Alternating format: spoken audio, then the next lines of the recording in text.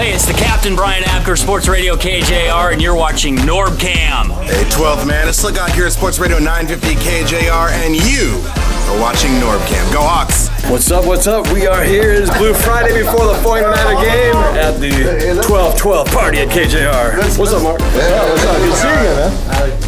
Make yourself at home, bunch of beer, bunch of fireball. How's it going, man? Good, how are you doing? Go Hawks, huh? Yeah, go Hawks, baby. It's gonna be a great day. It's gonna be an awesome weekend. This is a good way to start it off. This is what I'm talking about. Nothing like a 12-12 party to open up the Seahawks weekend. And here we are. Here's the happenings. It's the place to be right here. Yeah. We got the spread of goodies in here. What's up? Not mistaken. Why don't you, let's get it going. It's Eric, Keith, and Megan with their song, The Greatest. Yeah, now tell me, who's the greatest? Who's the greatest? Known for shedding abilities, hit the room with his vicinity. Passed up in the draft, initially quiet and soft, is not his identity. You call him a menace and say he's involved with all kind of thugging activities. You can't break or phase him, let alone take away his dignity. Two-time Pro Bowl, the Super Bowl champion. You're not even close to his level, not even in the same class as him. He's on an island, think twice, with no one to pass to him. The Hawks without Sherman is like no Pope up in the Vatican. Collins thought he had him, but you don't want to test him. But will these silly Niners never seem to learn their lesson? When it comes to who's the best, there is no question. He got the game on lock, pick 6 tips and interceptions. Stephen A. and Skip Bayless, you better check your life. Quit talking about the best, get used to eating that humble pie. Gerald, Calvin Johnson, Roddy, who you all denied. Richard Sherman is the best, respect this game online. Who's the greatest? Who's the greatest? Who's the greatest? Richard Sherman, RS25. Make some noise, 12s! Hold on. There we go. Oh, there it is. Eric, Keith, and Megan the Great. One more time for Eric, Keith, and his lovely wife, Megan. They'll be back. They got more for us. Holy cow. How about that? I was a rookie coming in to the Seahawks. We were up in Kirkland. I got to the team facility, and as you can remember, when I first came in, the Seahawks had just lost in the Super Bowl to the Pittsburgh Steelers. So I was coming into an organization that was good, that was great, had all these Pro Bowlers, and I came in, and everybody was stars. And so I didn't know what to say. I didn't know who to say anything to. You think about this team, all the rookies that come in, young guys, some had their first-round picks, free agents, guys who had been on the practice squads. Marshawn Lynch talks to all of them, and everybody's kind of taken back, like, wow, Marshawn is actually in my locker. Marshawn actually said a joke, and so even if he says something that they don't like, that's like, hey, Marshawn told a joke about me today, and they go, and so that's one of the things that we all admire about Marshawn. That even though he's the face of the franchise a little bit, he's the running back. Everybody knows he's great. He has this big, intimidating personality a lot of times. He still is a friend. He'll talk to you. He'll exchange numbers. He'll come play video games at your condo, at your little apartment. Really? Somebody might have. Is he good? He's not good, but he plays the game. No offense, Marshawn, if you're listening. He's not good, but at least he'll come over, though. You wouldn't expect Marshawn to be that kind of person, man. A Friday night at 8 o'clock, I'm pretty sure Marshawn's not listening to my program. But if he is, come on down, we'll play some vids. My all-time favorite running back, all-time favorite athlete is Sweetness, Walter Payton. Mm-hmm. The way that dude ran, and I swear, I have not seen a running back since him other than Marshawn that runs with that same aggressive style. What is it that makes Marshawn so special on the field? Because he actually cares. He loves the game of football, and I think that kind of gets miscommunicated sometimes. When you have a guy who we all say that we love the game and we'll do anything we can to play. Marshawn really does feel that way. So that's why when he doesn't do interviews and he doesn't do appearances and you hear about different things off the field, it's because he cares about what happens on the field. So when he runs, he actually wants to score a touchdown. He wants to score a touchdown every play. And I think that's what I admire about him as a former teammate and as a friend, is that Marshawn wants to score a touchdown every play. And so it doesn't matter who's getting this way. It doesn't matter how many people are going to tackle him. It doesn't matter, how many people are hanging off his legs. He's still trying to score a touchdown. Yeah, right. So you think about, this day and age of running backs and players trying to make sure they don't get hurt. He doesn't care. He really doesn't care because he wants to score a touchdown. So that's one of the things that makes him run hard like Walter Payton. What makes him, do all those things that people compare him to Barry Sanders and all the running backs, because he has that same kind of mentality where he doesn't think that one person, 2 people, 3 people can take him down. So every play he's always trying to score. Us as fans, we can poo-poo him, we can look past him, we can disrespect him, whatever we want to do. as players, you can't do that. So give us what the Hawks need to do to take care of business on Sunday. I think one thing that I've always admired from Pete Carroll, puts things into perspective and speaks the truth. He doesn't try to sugarcoat and hide things. And so one thing I'm pretty sure he's telling the team is that the 49ers are on their last leg. They're on their last leg. They're kind of second guessing themselves. You got all these different things surrounding their program and surrounding the organization. And so one thing that Coach Carroll's going to always say is, one thing that we can do is make sure we take care of our business on the field. Beat them on the field to make them go and think about all those things that they're already thinking about off the field. Their preparation, the weeks of practice are all kind of sketchy now because everybody's trying to figure out, what's going to happen. If we lose this game, we're at the playoffs. If we lose this game, I might not be on the team, I might not be coaching the team, I might not be the offensive coordinator. So everybody top to bottom has those questions they're answering. And so I'm pretty sure Pete Carroll was telling the Seahawks, don't get caught up in the things they're going to talk about. Don't get caught up in pregame, asking guys what's going on. Go out there and take care of your business. One thing I've always said, when Pete Carroll says you can't win the game in the first quarter, you can't win the game in the second quarter, third quarter, fourth quarter, this is another one of those games where we should go in and try to give them that knockout punch in the first quarter, and then you never know. It'll explode going to the third quarter. I totally agree. And when you talk about delivering that knockout punch, what's it going to take? Is it about the Hawks controlling the football with beast mode? Is it about Russell Wilson and the wide receivers stepping up to another level? What's the key for the offense to put points on the board? Run the football. You think about the Seahawks in this rivalry. They are traditionally a running team, and the Seahawks are a running team. You go in a running program. When you're physical, and Coach Carroll always talks about out physicaling the other team. I know that's a word, but that's what he always chooses, out physicaling. And so if you go and be more physical than the 49ers by running the ball and letting Marshawn Lynch, letting Russell Wilson, get all those yards and be able to demoralize them, control the clock, get the fans in it. Then that way, the defense gets excited. The defense starts you start scoring points, and Kaepernick starts throwing interceptions. So the whole thing kind of unravels. Right. So that's my thing. You go in the first quarter, establish a running game, put them in a predicament where they don't know. They focus all attention on the running game, and then Russell start passing, and then everything's pretty much over. Isn't this guy good? Isn't this guy good on the radio?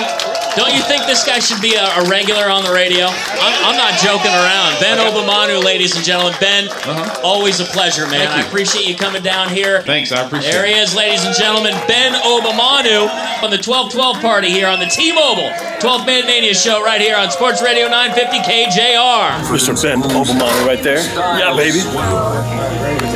I got one of the few autographs you can actually read. Oh, yeah. You can know who it is. What up, 12s? I'm here with Ben Obomanu, man. What's up? Hey, man, so just real quick, tell me just your take on the Seahawks this season. We're getting pushed for the playoffs. What's your feeling on how the team is? They always talk about getting hot at the right time. So you look about this team going into the playoffs, getting a chance to come from the bottom of the pack and take over Arizona and be division champs, man, which I think we're going to do.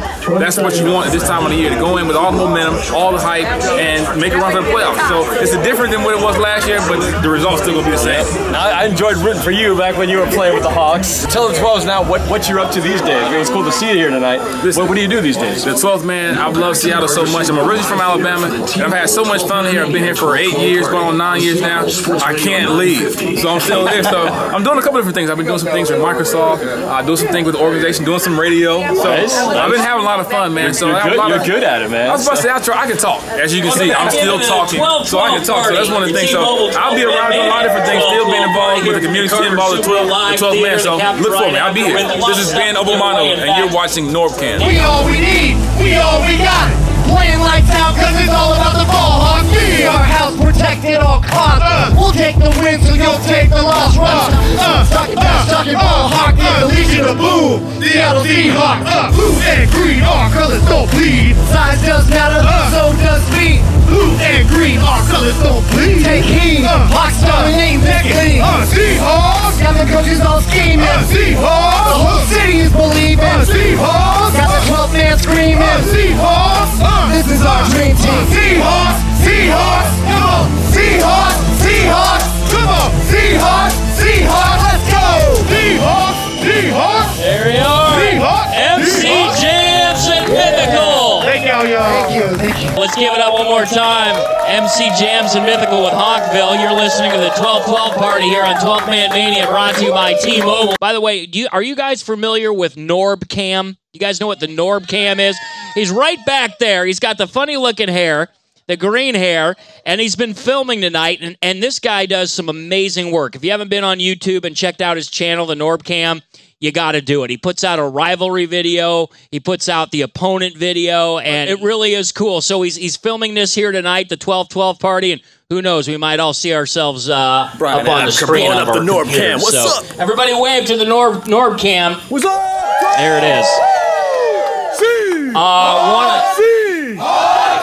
Nice. Very nice. There it is. I couldn't help but notice your guys' footwear. I think you guys got some sick footwear right here. Check this out. Look at that. That's called That's Being All In, 12 style, right? Tell me the history of these shoes you got here. We actually ordered them for our wedding, so they're the shoes we wore on our wedding day. We had a Seahawks themed wedding on 10/11. Had a whole set blue and green, silver all around. It's at 10/11. So you've been married for about 30. Oh, you just got married. Just got married. Oh, well, belated congratulations. Thank you. And one of the greatest plays in Seahawks history happened in that game. Of course, it was Colin Kaepernick at the helm for the Niners, trying to throw the ball to Crabtree against Richard Sherman. Here's what it sounded like. Kaepernick from the gun, with time, looking for the end zone, looking for Crabtree, deflected and intercepted. Picked off by Malcolm Smith, and the Seattle Seahawks are going to go to Super Bowl 48. The end zone. The Broncos' butts the interception in the process. by Smith. And it's going crazy in the Pacific Northwest as the Seahawks with the interception in the end zone to try and close out the Niners. And they did. And they went to the Super Bowl. And they closed out the Broncos in the first quarter. I think what we all remember from that game, aside from the great play and winning and knowing we're going to the Super Bowl, was watching the post-game interviews. And Richard Sherman went on his rant and he says, "Don't you ever talk about me." Let's send you down to the field and Aaron Andrews. Joe, thank you so much. Richard, let me ask you the final play. Take me through it. Well, I'm the best corner in the game. When you try to with a sorry receiver like Crabtree, that's the result you're going to get.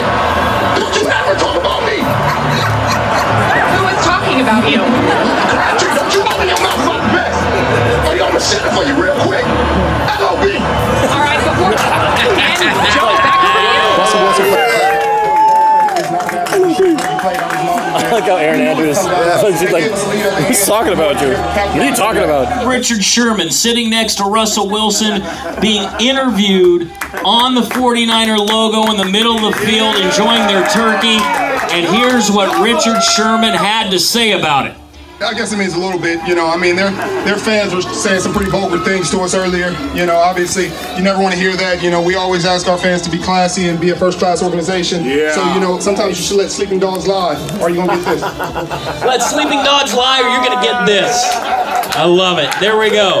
And that's kind of the history and the backdrop of the rivalry. Does anybody dislike the 49ers even more after being reminded of all this stuff?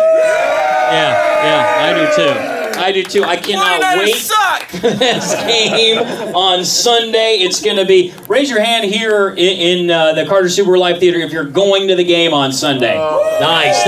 Now we're banking on you guys.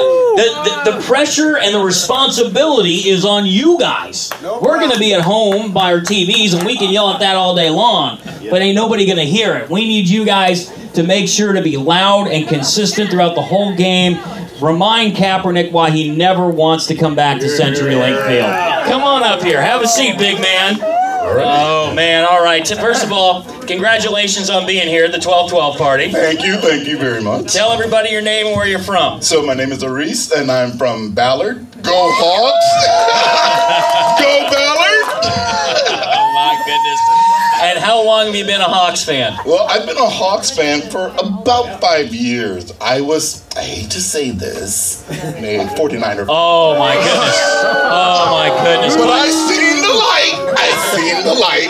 And I will tell everybody, the guy's got his beard colored blue and green. He's got a Seahawk logo on his forehead. He's shaved bald up top. He's got the Seahawk logo right in the front of his forehead.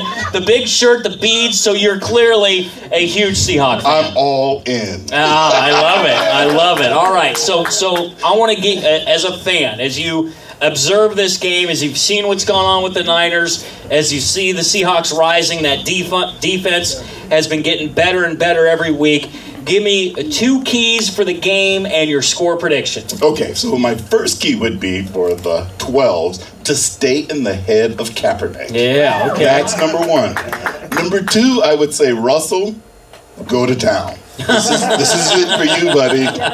Go ahead. Russell, go to town. So you want him slinging the rock? I want him throwing. I want Beast running. I want just general kicking. Okay, all right. I love that. That's absolutely good advice. Those are solid keys. Now, how do you see this game playing out? What's your score prediction? Score prediction would be about 36-3. I'll give them the 3. I'll give them that. They didn't come up here for nothing, so there you go. 36-3 who? 36-3 Hawks all the way, buddy. All right, there it is. You guys heard it. 36-3. What do you think about that? Yeah! All right.